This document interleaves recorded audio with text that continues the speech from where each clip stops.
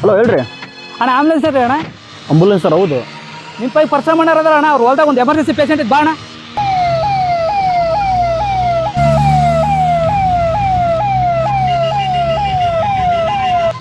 ಬರ್ರಿ ಅಣ್ಣ, ಎಲ್ಲಿದ್ರಿ ಅಣ್ಣ? ಇನ್ನೂ ಎಷ್ಟೊತ್ತು ಬೇಕಣ್ಣ ನೀವು ಬರಕ? ಏ ಹುಡುಗ, ಗಡ ಎಲ್ಲಿಂದ ಬರಕ? ನಿಮ್ ಮೂರ್ ರೋಡ ಸರಿ ಇಲ್ಲ. ಒಂದ್ 5 ನಿಮಿಷ ವೇಟ್ ಮಾಡ್ರಿ, ಬರಕತ್ತೀವಿ.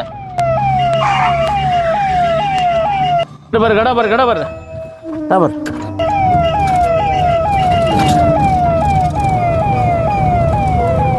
ಕಡ್ತಗಿ ಏನಾಗಲ್ಲ ಏನಾಗಲ್ಲ, ಮಾತಾಡು ಮಾತಾಡು. ಜೋರ್ ಹೊಡ್ರಿ ಅಣ್ಣ, ನೀವೇ ಅಣ್ಣ ಇಷ್ಟು ಮೇಲ್ಕೊಡಕತ್ತೀರಿ. ಜೋರ್ ಹೊಡ್ರಿ ಅಣ್ಣ.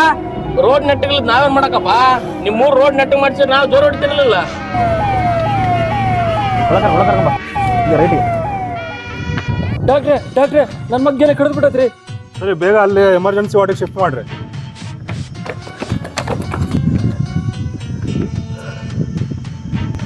ಡಾಕ್ಟ್ರೆ ನಮ್ಮ ಮಗುಗೆ ಏನಾತ್ರಿ?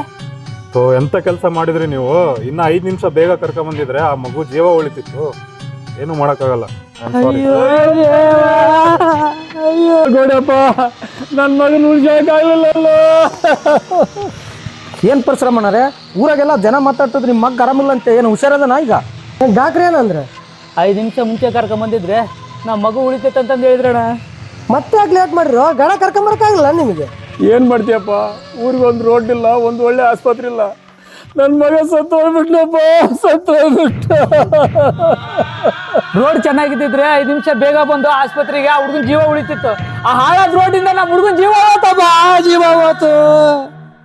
ಎಲೆಕ್ಷನ್ ಟೈಮಲ್ಲಿ ನಿಮ್ಮ ಊರಲ್ಲಿ ರೋಡ್ ಚೆನ್ನಾಗಿದೆನಾ ಅಥವಾ ಚರಂಡಿ ಚೆನ್ನಾಗಿದೆನಾ ಅಂತ ನೋಡೋದು ಬಿಟ್ಟು 500 ರೂಪಾಯಿ 1000 ರೂಪಾಯಿ ಕ್ವಾರ್ಟರ್ಗೆಲ್ಲ ನಿಮ್ಮ ಓಟ್ಗಳನ್ನ ಮಾರ್ಕೊಂಡಿರೋ ಪರಿಣಾಮನೇ ಇದು.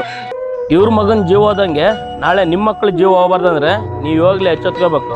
ಇಲ್ದಿದ್ರೆ ನೀವು ಉದ್ಧಾರ ಆಗಲ್ಲ, ಈ ದೇಶನೂ ಉದ್ಧಾರ ಆಗಲ್ಲ.